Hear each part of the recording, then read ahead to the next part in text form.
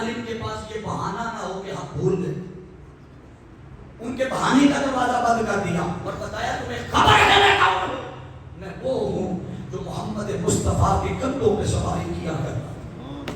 میں وہ ہوں جسے آقا محمد مصطفیٰ اپنے کندھوں پر بٹھا کر مدینہ کی گلیوں میں چکر لگایا کرتے تھے. حاضرین مکرم انہیں بتا رہے تھے میں وہ حسین ہوں کہ جب مسجد نبوی میں داخل ہوتا اگر آقا منبر پر چلا کر ہوتے منبر پر تو حضور مجھے تک کے اپنا منبر چھوڑ کر پہلے مجھے اٹھاتے اور مجھے اٹھا کر گود میں بٹھاتے اور گود میں بٹھا کر پھر صحابہ کو بتاتے اور انہیں خطاب کر کے کہتے من احب حسین فقد احبنی. ارے جس نے اس سے محبت کی اس نے مصطفیٰ سے محبت کی. یہ بتاتے اور یہ بھی بتا رہے ہیں حسین تری کربلا میں اپنے خطبے میں کھڑے ہو کر مجھے پہچانتے ہو میں وہ ہوں کہ جو اپنے نانا کی پشت پر بیٹھ جاتا حالت نماز میں تو جب تک میں نہیں چاہتا تھا تب تک نانا سجدے سے سر نہیں اٹھاتے. تب تک مصطفیٰ سجدے سے سر نہیں اٹھاتے تھے. اب آپ تصور کیجئے یہ منظر اپنی نظروں میں رکھیں. روایات میں آتا ہے صحابہ نے اتارنا چاہا. اب چونکہ آپ کو اعلانات کے ذریعے بتایا ہوا ہے 11 بجے کا ٹائم تو مجھے تو ابھی 29 منٹ ہوئے. اگر پریشان نہیں ہے باذوق ہو کر سبحان اللہ فرمائیے. میں 5-7 منٹ اور لگانا چاہتا ہوں. ہاتھ اٹھا کے تاکہ تائید مل جائے نا بات انتظامیہ کو کوئی نہ. میں مضمون بس مکمل کرنے کے قریب ہوں. توجہ سے امام حسین علیہ السلام بتاتے ہیں مجھے جانو مجھے پہچانو کہ میں وہ ہوں جو نانا کی پشت پر بیٹھتا تھا. صحابہ اتارنا چاہتے کہ حضور نماز پڑھ رہے ہیں اور حسین پشت پہ بیٹھ کے وہ اتارنا چاہتے. آقا سلام پھیرے بغیر حالت نماز میں ہی صحابہ کو اشارہ کرتے نہ لایا توجہ کی نہ اتارنا. اب دیکھیے ذرا آقا کی حسین سے محبت کا یہ عالم ہے کہ سجدہ بھی نہیں توڑتے اور حسین کو پشت سے اترنے بھی نہیں دیتے. اور گویا اللہ پہ جبریل کو بھیجتا ہے جا کے ذرا محبوب کو فرما اور محبوب کو بتا کہ سجدہ چونکہ ہمیں خبر ہے آپ حالت سجدہ میں ہیں اور سجدہ آپ کی چاہت ہے. جو سجدہ آپ کی چاہت ہے اور سجدہ حضور کی عمر بھر کی چاہت رہا ہے. اتنی چاہت تھا کہ اللہ کو کہنا پڑتا تھا یا ایھا المزمل قم اللیل الا قلیلا. محبوب عبادت کیا کر سجدے کیا کر مگر سوڑیا تھوڑا آرام بھی کیتا کر. بولیے محبوب تھوڑا ایک باری ہاتھ چاہ کے سبحان اللہ بولو ذرا. محبوب تھوڑا آرام بھی کیا کر. تو سجدہ آقا کی چاہت ہے. حکم آیا ذرا جا کر محبوب کو کہہ کہ اب توجہ ذرا حسین کی طرف بھی رکھنا کہیں گر نہ جائے. یہ نماز میں سارا کچھ ہو رہا ہے اور نماز ٹوٹ بھی نہیں رہی. ہائے ہائے. اور یہ نماز ٹوٹ بھی نہیں رہی اور بتائی جا رہی ہے حسین کی محبت. گویا اگر اس کو دوسرے انداز میں آپ کو سمجھانا چاہوں تو کسی نے کیا منظر کشی کی ہے کہ نبی سجدے وچ تے کندے بیٹھا حسین ہے. جن ذوق آیا ہاتھ جا کے سبحان اللہ بولے ذرا. نبی سجدے وچ تے کندے بیٹھا حسین. تسی کہنا ہے حسین ہے. نبی سجدے وچ تے کندے بیٹھا حسین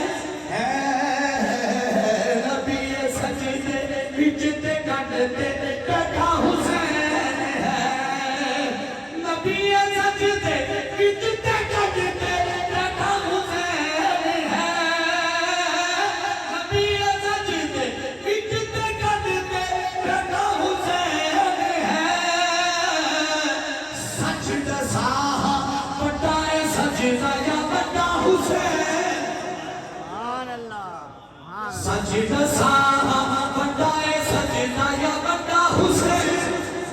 وہ سجدہ ساہا بٹائے سجدہ یا بٹا حسین ہے.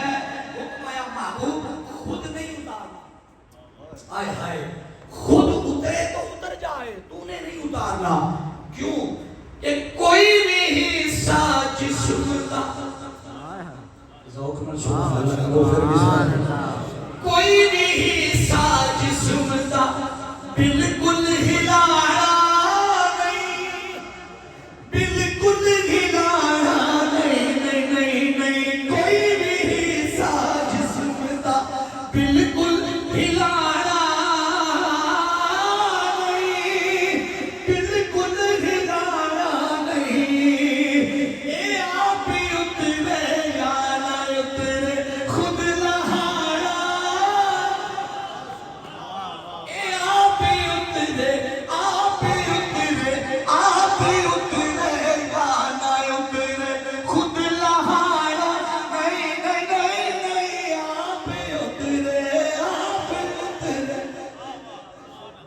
کے کبھی یاد کرا سبحان اللہ. اے آپ اترے آپ اترے آپ اترے آپ اترے یا نہ اترے خود لہاڑا نہیں اینو خود لہاڑا نہیں کیوں اسی تے تو میں جان لیا کیسا حسین ہے اور دنیا میں رج رج کے بیٹھے ایسا حسین. تکبیر نعرہ رسالت نعرہ حیدری حسینیت حسینیت یزیدیت حاضری کے مقرر. اب دیکھیے حکم آیا محبوب اتارنا نہیں تو مولا کیا کروں؟ میں ذرا دھیان ہٹانا سجدے سے توجہ کر حسین کی طرف. میرا وجدان کہتا ہے عرض کیا ہوگا مولا سجدہ میری چاہت ہے.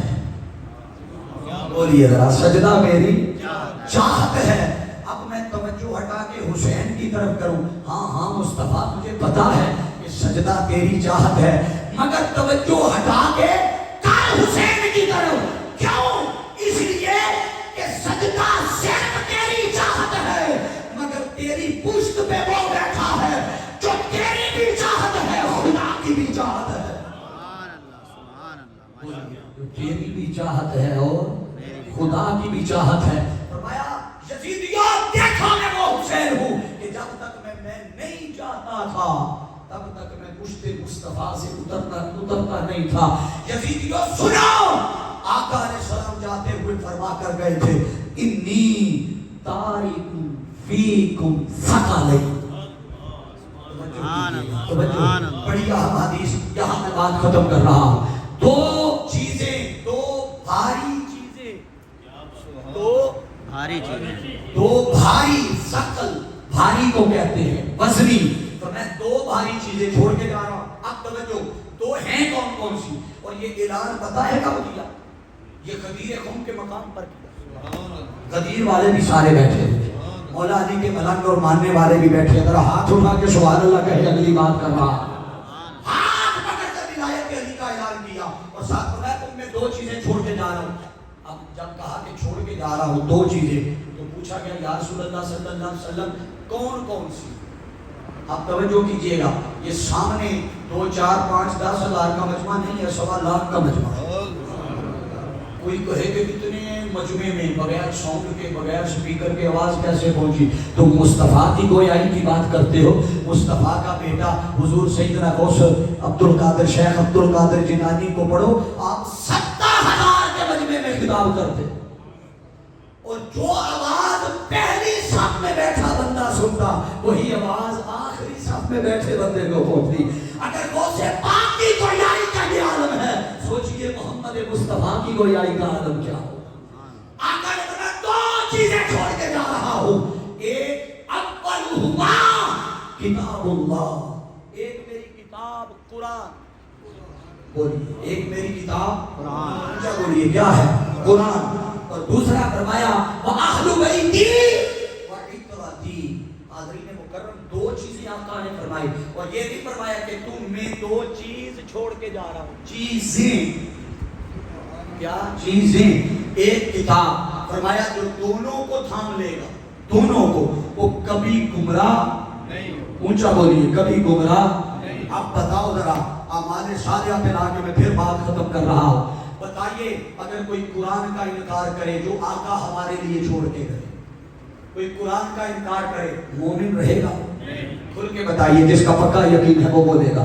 اگر کوئی قرآن کا انکار کر دے بھائی دونوں میں اگر مقام اور مرتبے عزت شان میں کوئی فرق ہوتا تو آقا ایک چیز یہاں بیان کرتے دوسری مدینے میں بیان کر دیتے. اگر کوئی فرق ایک ہی جگہ پر ایک ہی مجلس میں ایک ہی اعلان میں ایک ہی مقام پر کھڑے ہو کر جب دو چیزیں بیان کی تو اس کا مطلب ہے کہ جو مقام مرتبہ عزت شان عظمت قرآن کی ہے وہی محمد مصطفیٰ کی آن کی ہے. جیسے کوئی قرآن کا انکار کر دے تو مومن نہیں رہتا اسی طرح جو مصطفیٰ کی آن کا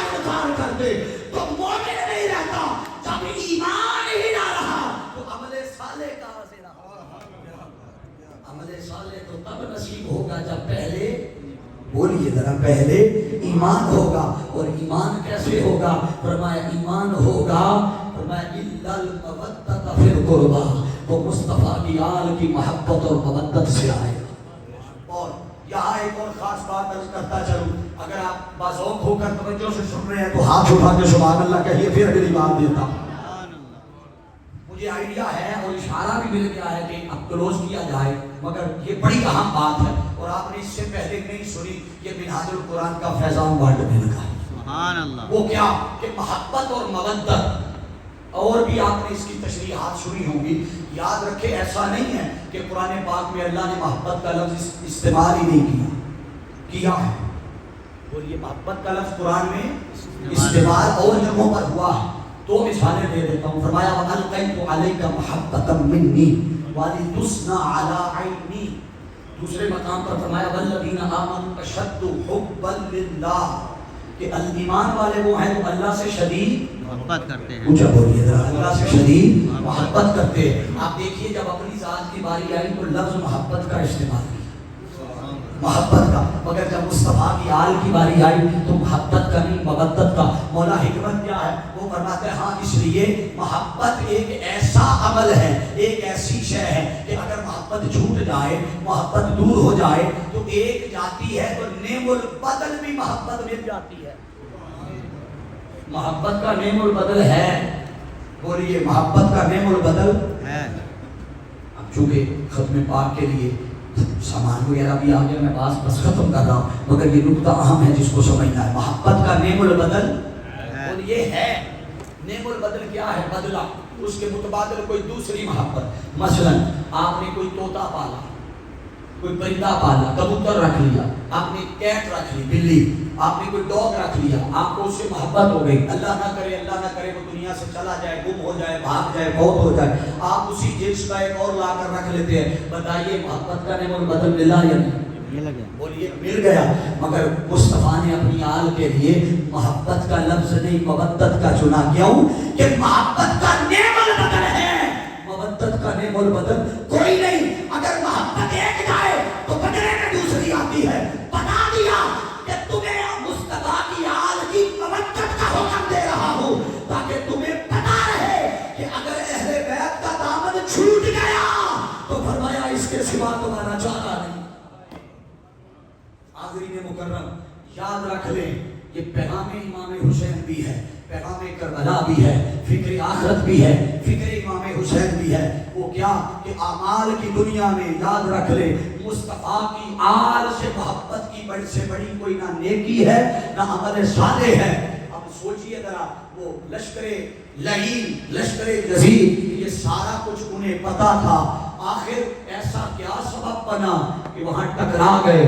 حاضرین مکرم یزید کوفہ سے اس فکر کے ساتھ چلا تھا کہ میرے پاس ساری طاقت ہے، جو ہے نا میرے پاس ساری طاقت ہے، اقتدار ہے، انٹیلیجنس، جاسوسی نظام. اور آپ اگر مصعب بن عقیل علیہ السلام کی آپ شہادت کا تذکرہ پڑھیں تو آپ کو پتا چلے گا انہیں جاسوسوں کے ذریعے پھنسایا گیا، جاسوسی کے ذریعے قابو کیا. تو جاسوسی نظام بھی اس کے کنٹرول میں، فوجیں بھی بولیے اس کے کنٹرول میں، ادارے سارے کے سارے اس کے کنٹرول. جب اس نے دیکھا طاقت ہے، اقتدار ہے، پیسہ ہے، مال ہے، دولت ہے، انٹیلیجنس ہے، فوج ہے، باقی محکمے میرے اقتدار اور کنٹرول میں ہے، اس نے سمجھا کہ یہ حق ہونے کی علامت ہے. وہ سمجھتا رہا سب کچھ چونکہ میرے اقتدار میں ہے تو میں حق ہوں. حسین اپنی فکر لے کر مدینہ سے چلا مکہ، مکہ سے کربلا. تو سوچے اور فکریں ٹکرا گئی. حسین اس سوچ کے ساتھ ٹکرائے کہ طاقت ہی حق نہیں ہے، ارے حق ہی طاقت ہے. ارے بندہ دو ہی صورتوں میں کامیاب ہوتا ہے، دو ہی صورتوں میں زندہ رہتا ہے، یا جس کا ذکر زندہ ہو یا جس کی فکر زندہ ہو. روئے زمین پر اس وقت ارے حسین واحد ہستی ہے کہ جس کا ذکر بھی زندہ ہے، جس کی فکر بھی زندہ ہے.